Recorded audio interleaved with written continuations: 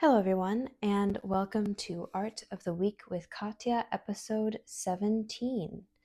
This week, I would like to make a little tribute to this particular organization here, the Musei Civici di Treviso, where I have been working for the last month. So Treviso itself is a town, is a city, inland, 30 minutes inland of Venice, as you can see from this map.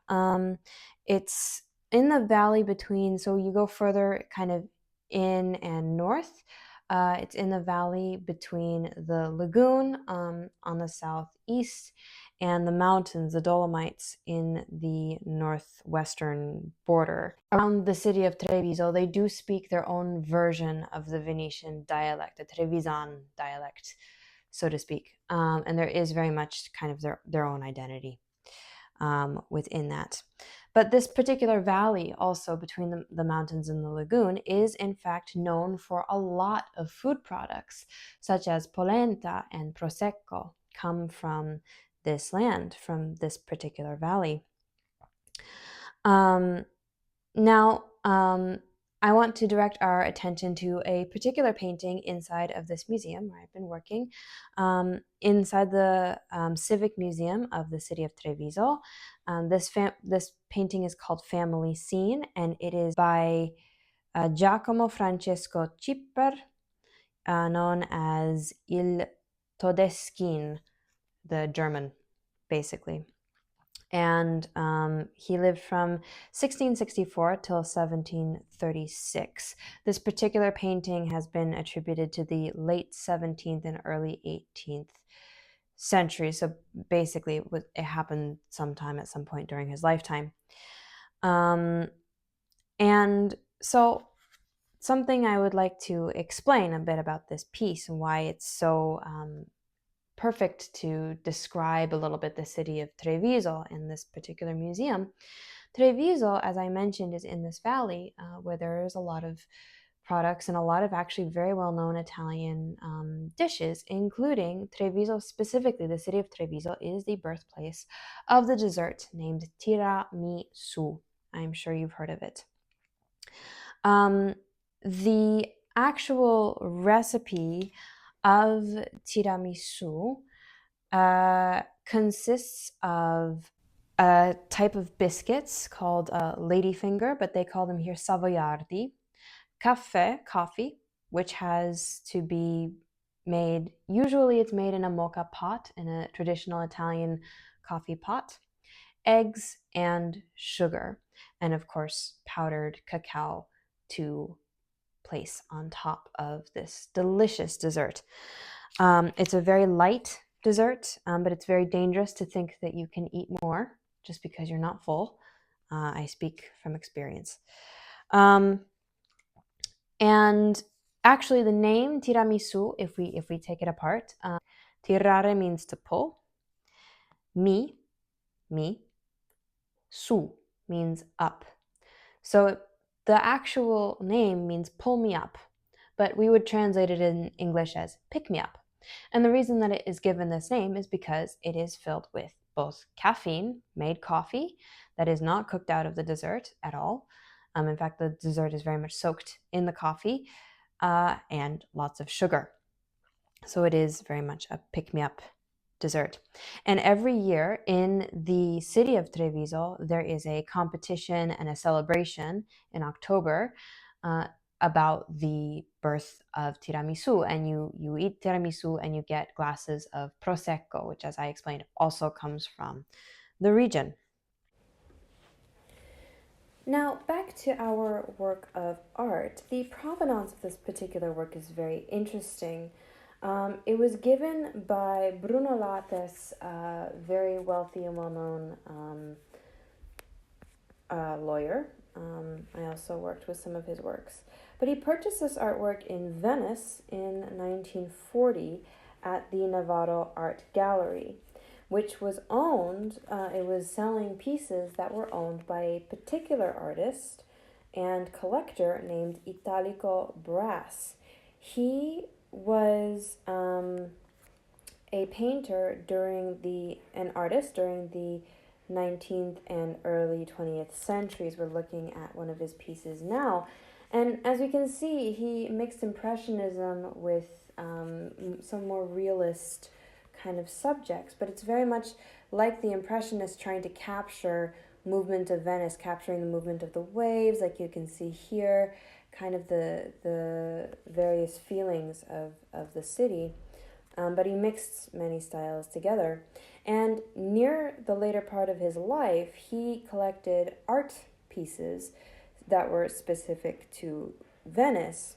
Now, the artist actually of our work, who we're talking about, Chipper, he blends some more Nordic and Northern themes, such as this family scene. He has a lot of family scenes, and the happiness of the people, the contentedness of the people, but also the use of very intimate details. This comes actually from the Northern Renaissance in Bruges, and it has to do a little bit with the technique of painting that came from that area in the 15th century. This tradition would go on to become really a tradition of its own, especially with Protestantism. And so this is really along those lines, and it's interesting because you can see northern type traditions will be practiced sometimes in northern Italy, even though Italy was a Catholic country, and that's really another discourse for another episode. But in this painting we can really see these influences, and Chipper also Chipper foregrounds certain details.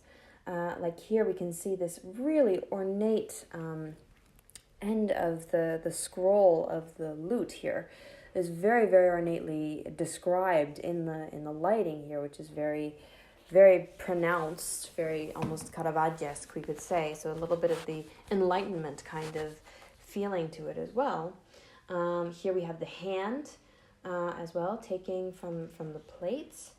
And also the incredible contrast, as I mentioned, as you can see here, between the light and the darkness, right? The light is put in this one point of the painting, and it illuminates that particular point in the painting, what is really in the center of the painting.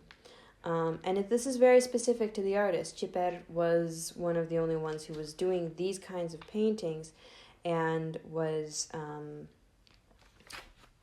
very... He was a very international artist. He traveled to a lot of different countries in Eastern and Northwestern Europe before coming to Italy. I mean, he is known as Il Todeschin, meaning the German. Whether or not he's actually from Germany or Austria, it's not exactly clear. But he spent some time in the Balkans and Hungary, in various areas of Europe before coming to Italy. But he spends his last part of his life in Italy, specifically in the Veneto region.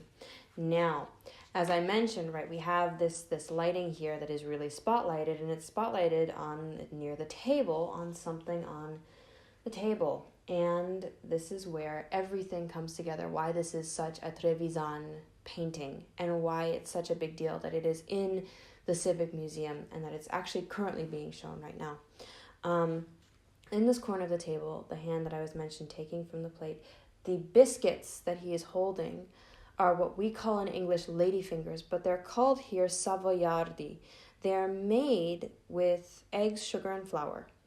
And they are one of the main ingredients of tiramisu, the dish that is so well known from Treviso. And these biscuits actually come from Savoy, from that region of France. So they were brought here a little bit later, but obviously they are really refined here in the city of Treviso in the Veneto region. And for this reason, they're called savoiardi, as in biscuits from Savoy. But they have been incorporated into this Italian dish and have so framed the identity of Treviso. They've been so incorporated into this dish, and that has so gone into the part of the identity of not only the city but this region, the way that people feel. Because the thing is, this particular region is surrounded by farms, and the productions of these various products. There is more, of course. Polenta has certain cheeses that goes along with it, has certain mushrooms that grow in this particular region, and that's a very big deal.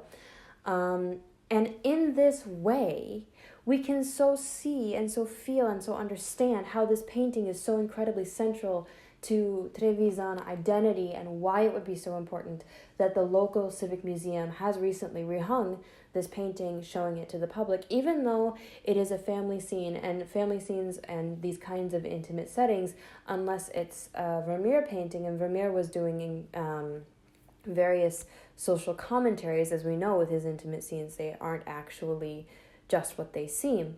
Neither is this. This is actually a very intimate scene, but is describing something that is so incredibly important to the identity and to the production of a specific dessert that is very well known from this city. In fact, there are other places that make their own types of cookies, types of biscuits that are used, that they also sometimes substitute into this dish. So you can understand how this dish is so incredibly important to this city. And in fact, in many cities in Italy, in fact, there has been a war between two cities that I know over a dish, because the two cities cannot decide who exactly created the dish. And depending on where you come from in the region, there's different stories behind this. This really, truly is a wonderful way in which food and art and identity all come together so incredibly strongly.